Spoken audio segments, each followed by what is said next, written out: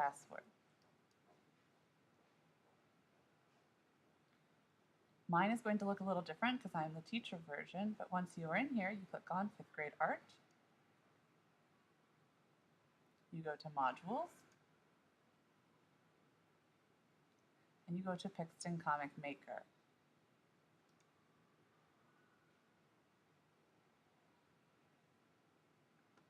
Load a new window. You won't see this because you're not the administrator. You will see this screen. You scroll to the bottom, you hit next, and you're going to click on one that's already in progress. Make sure this in progress button is already selected. Okay, these are the ones that I've previously started. If I want to create a new one, I'm going to do this. Remember that it needs to be 6 to 9 panels. Now, there are some how-to videos on how to do this, so I'm going to show you how to do speech bubbles and text.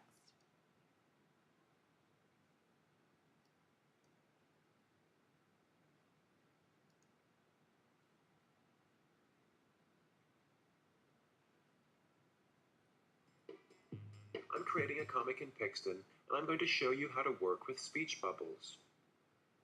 To add a new speech bubble to a scene, I make sure nothing is selected, and then I click the Add Speech Bubble button. To enter text into the bubble, I double-click on the bubble so that the border of the bubble turns green, and then I type into it. If I select a word in my speech bubble, I can use the buttons along the bottom of the panel to change the font, the style, the size, and the color of the selected text.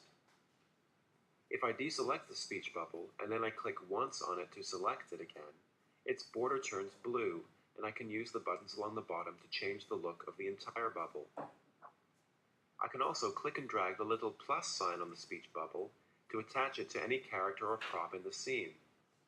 If the speech bubble is attached to something, I can click the X to detach it. I can click and drag the hollow circles to rotate the bubble.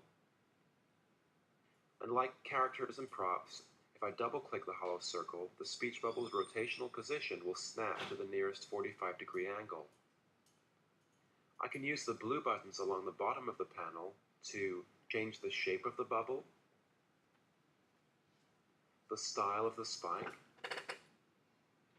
the space or padding between the text and the speech bubble's border, the size, font, style, and color of all of the text in the bubble.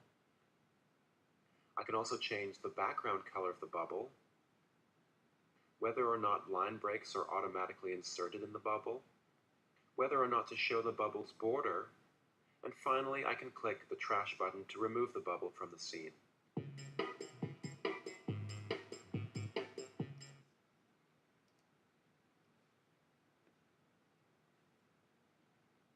There's another one on how to use props and prop set and backgrounds. We'll watch the props one today. Tomorrow you'll watch the prop set and background.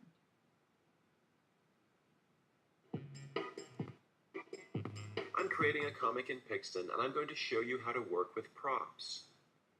To add a prop to a scene, I make sure nothing is selected in my scene, and then I click the Add Prop button. Next, I select a category, and I click on a prop to add it to my scene. When a prop is selected, the buttons that appear around the edge of the panel correspond to what I can do to that prop. I can also click and drag the prop directly to change its location. I can click and drag the solid square to change its size, and I can click and drag on the hollow circle to rotate it. Like with characters, I can double-click to snap the prop's rotational position, and if I double-click on the solid square, the prop will return to its default size. I can use the buttons along the bottom to flip the prop horizontally and vertically, to arrange the layering of the prop with respect to other props, characters, and backgrounds, to turn the prop into a silhouette, to change the color or colors of the prop, to lock the prop so that I can, for example, move objects behind it, and to remove the prop from the scene. If I want to duplicate a prop, I can select it, right-click and choose Duplicate. Also by right-clicking, I can copy the prop and then paste it into any other scene within the same comic.